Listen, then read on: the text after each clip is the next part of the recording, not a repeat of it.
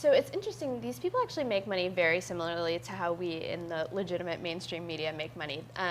They, at least on our websites, right? So they have display advertising running on their websites, and they get a little portion of money, maybe a couple cents, for every person who visits that page. So what they want to do is create articles that are so outrageous and will really go viral and will drive a lot of people to that page, so they get the advertising money. And Facebook is their main vehicle for doing this. Facebook is the largest referral of traffic to news sites of any kind. So that's essentially their business model. It's a combination of Google ad technology and then Facebook to get those stories out there.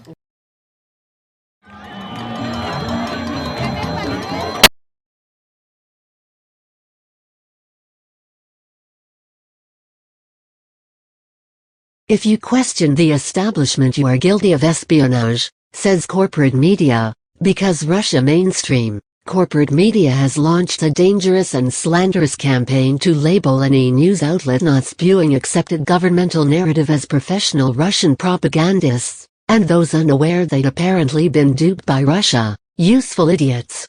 Ordinarily, the complete dearth of proof this claim has even a shred of truth would cause a reflexive eye roll. But in this case, the American exceptionalist machine behind the supposed analysis calls for FBI and Department of Justice to investigate possible violations of Espionage Act.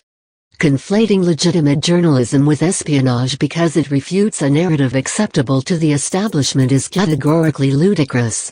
This irresponsible, criminal violation of ethics devoid of any journalistic integrity came from The Washington Post, which reported 2 teams of independent researchers discovered the Russians were behind fake news articles to help Donald Trump win the election and undermine faith in American democracy.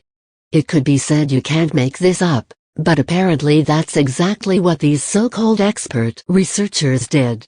The flood of fake news this election season got support from a sophisticated Russian propaganda campaign that created and spread misleading articles online with the goal of punishing Democrat Hillary Clinton, helping Republican Donald Trump, and undermining faith in American democracy, say independent researchers who tracked the operation, the Post declared in its lead.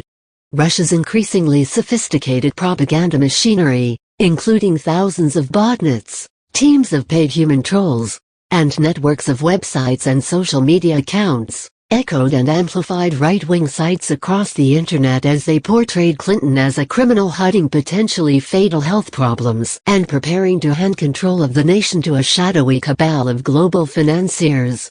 The effort also sought to heighten the appearance of international tensions and promote fear of looming hostilities with nuclear-armed Russia.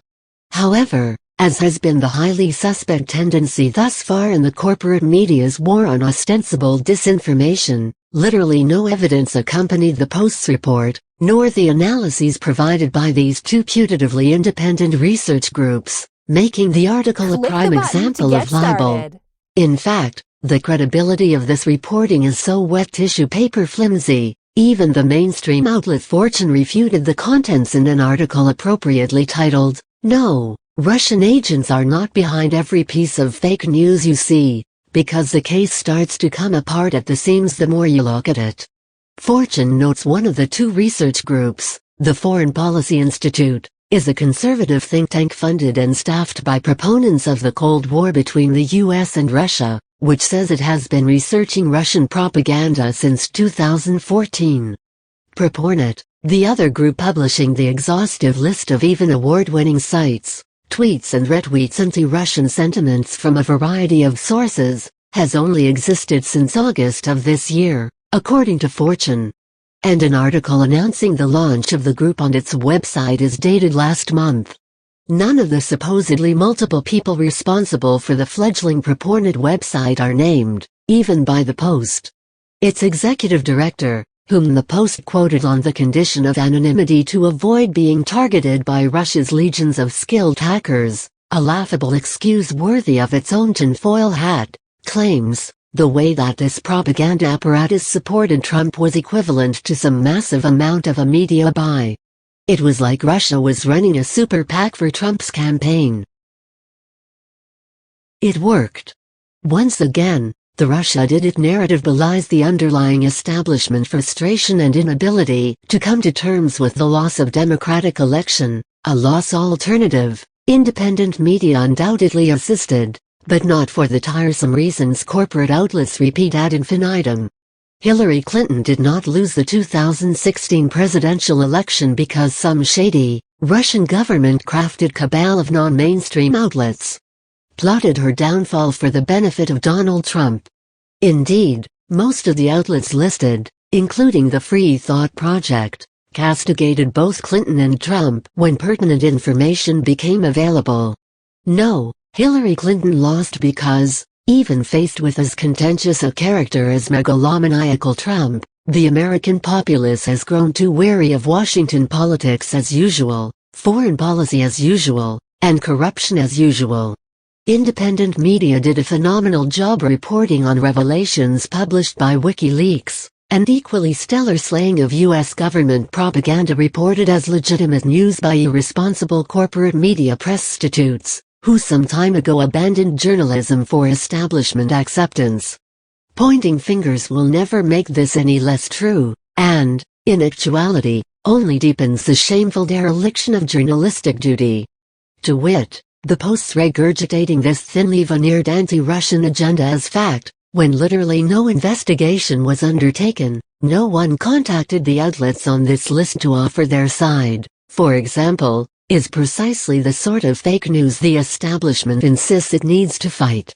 Fortune points out, there's also little data available on the Purported report, which describes a network of 200 sites who it says are routine peddlers of Russian propaganda, which have what it calls a combined audience of 15 million Americans. How is that audience measured? We don't know. Stories promoted by this network were shared 213 million times, it says. How do we know this? That's unclear. Once again, we have literally unverifiable information coughed up by unknown entities, who employed unknown methods to produce a blacklist of media sites, which incidentally includes a disparate mishmash from Ron Paul and Chris Hedges, to the Drudge Report and Lou Rockwell, that the public should deem verboten because they said so. That, and because Russia. As The Intercept's Glenn Greenwald tweeted, yes, the Wishpost is saying, some people who we won't identify, using methodologies we won't describe, created this important blacklist. Again, though it's difficult not to laugh at this altogether ironic travesty, the parallels in these unknown entities at Purported suggesting these outlets and the journalists behind them have violated the Espionage Act, the Foreign Agent Registration Act, and other related laws, but determining that is up to the FBI and the DOJ. Just 2 paragraphs prior, Purported paradoxically claims it fiercely believes in the rights to freedom of expression and freedom of the press, and have no interest in seeing anyone punished for exercising them.